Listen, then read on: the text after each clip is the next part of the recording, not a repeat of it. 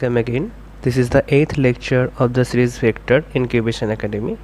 Here we are going to find if two vectors simultaneously acting on a particular point, then what will be the directions of the resultant of it and what is the meaning of the resultant. We are going to find this at first physically from the examples of our surroundings.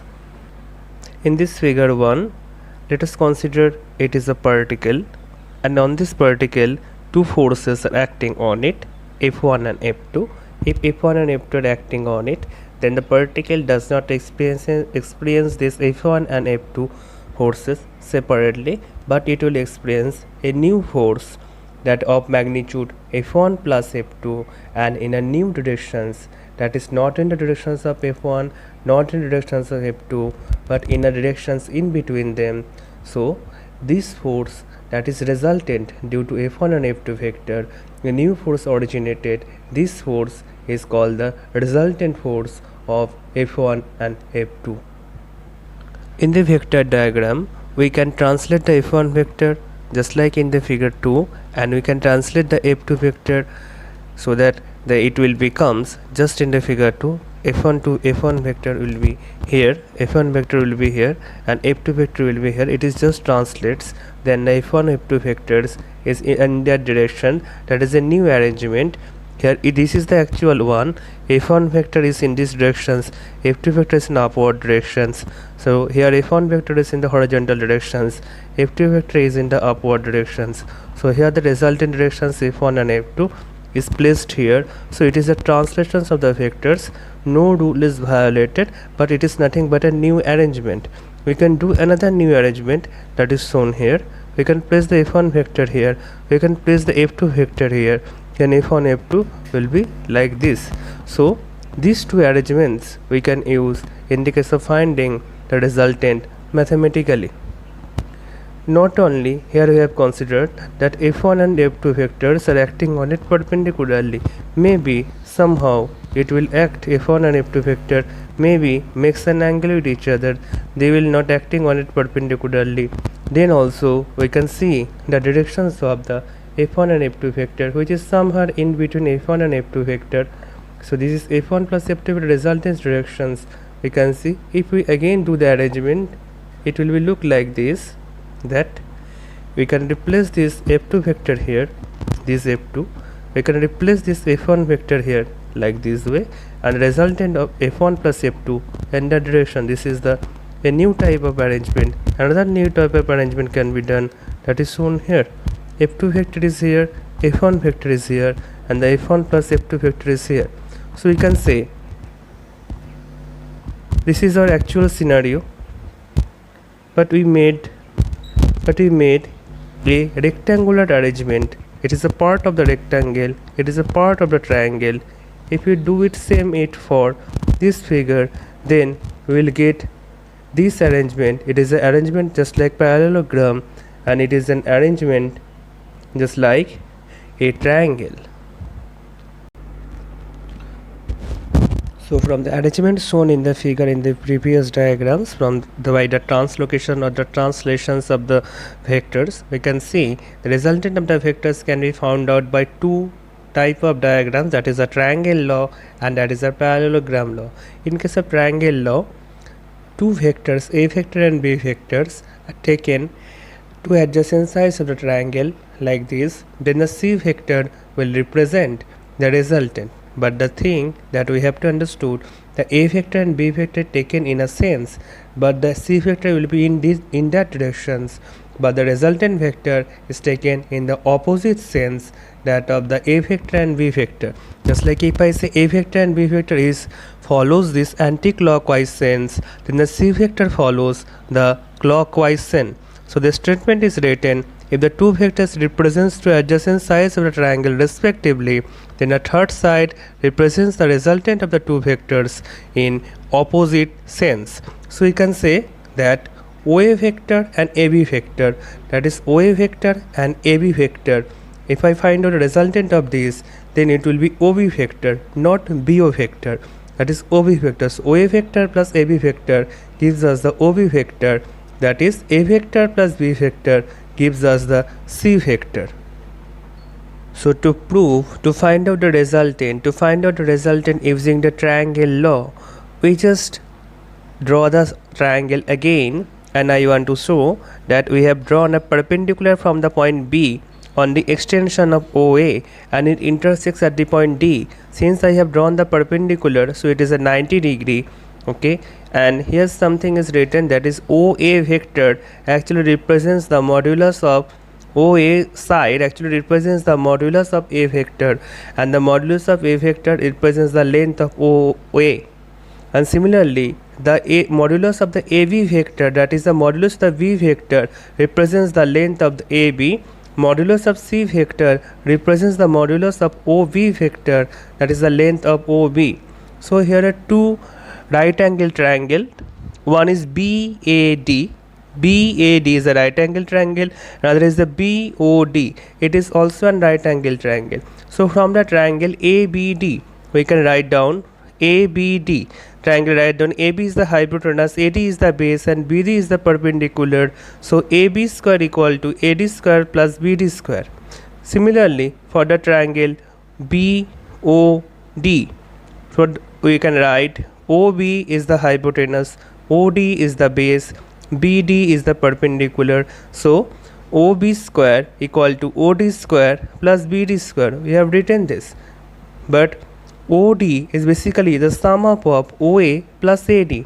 So if I write this OA plus AD whole square, then plus BD square, then A plus B whole square can be break up like this: OA square plus 2OA plus AD square plus BD square. So in this previous expressions, OB square equal to OA square plus 2OA into AD plus AB square. There AD square plus BD square is written. I just replace it by AB square. So here it becomes, I just arrange this AB square in the second term.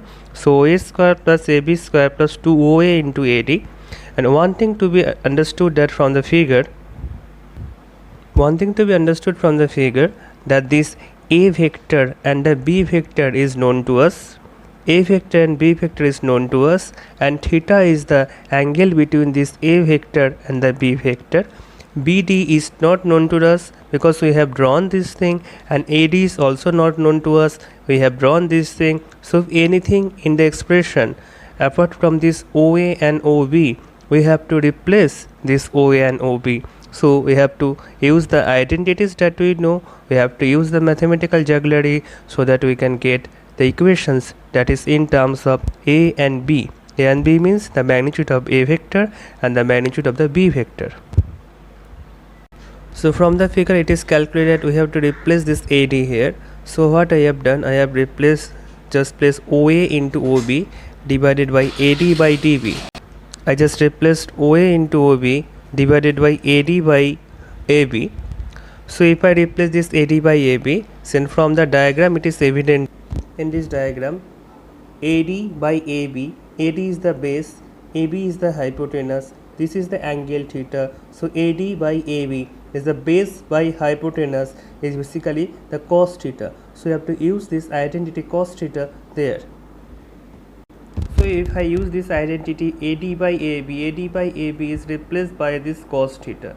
If I replace by this cos theta, then it becomes A square plus B square plus 2AB cos theta. That is written previously as OA is nothing but the length of the A vector, OAB is nothing but the length of the B vector, and so it can be replaced A square plus B square plus 2AB cos theta. So C square, here OB square equal to C square.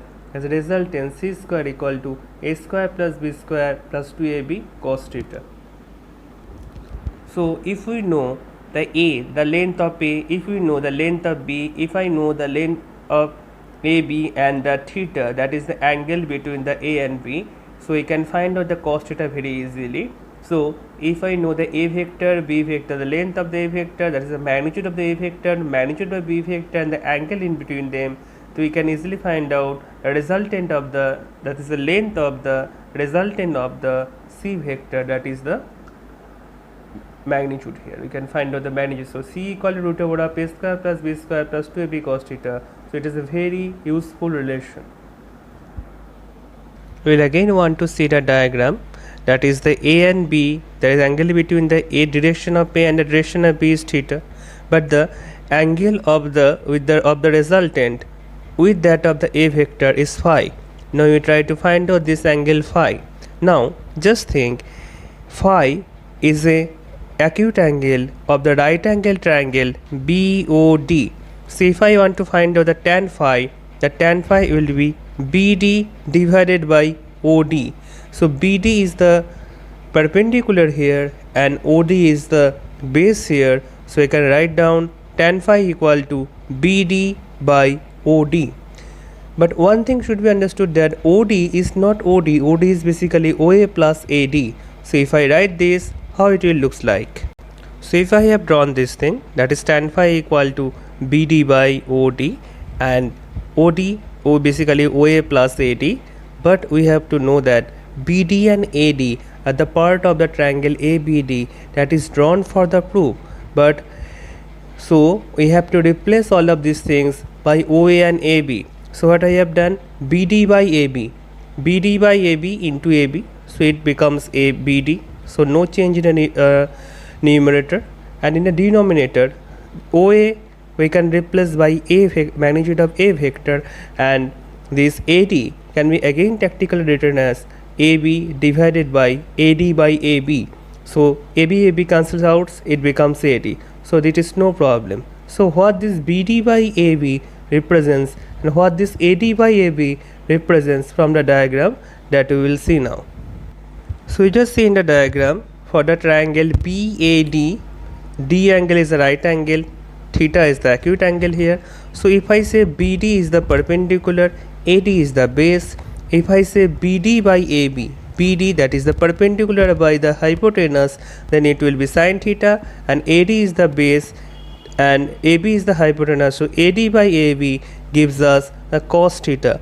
We will replace this BD by AB as sin theta and AD by AB as cos theta in the expression of tan phi. So you just see BD by AB is replaced by sin theta, AB by small b, OA is A, and AD by AB as B cos theta. So basically we all know all the terms, that is A, B and theta. If you know A, B and theta, we will find out the phi. What is phi? Phi is the angle between of the resultant vector with respect to that of the A vector. So from the above derivations we will get two relations, that is C equal to root over of A square plus B square plus 2AB cos theta, and tan phi equal to B sin theta divided by A plus B cos theta. So C represents the magnitude of the resultant vector, and tan phi, if I find out tan inverse, then it will represent the directions of the resultant vector with that of the A vector. So we get the magnitude and the directions of the resultant vector using the triangle law of finding the resultant. Just see, at the starting we have taken the practical scenario on a particular f1 vector and f2 vector, acts on it, and it is a resultant.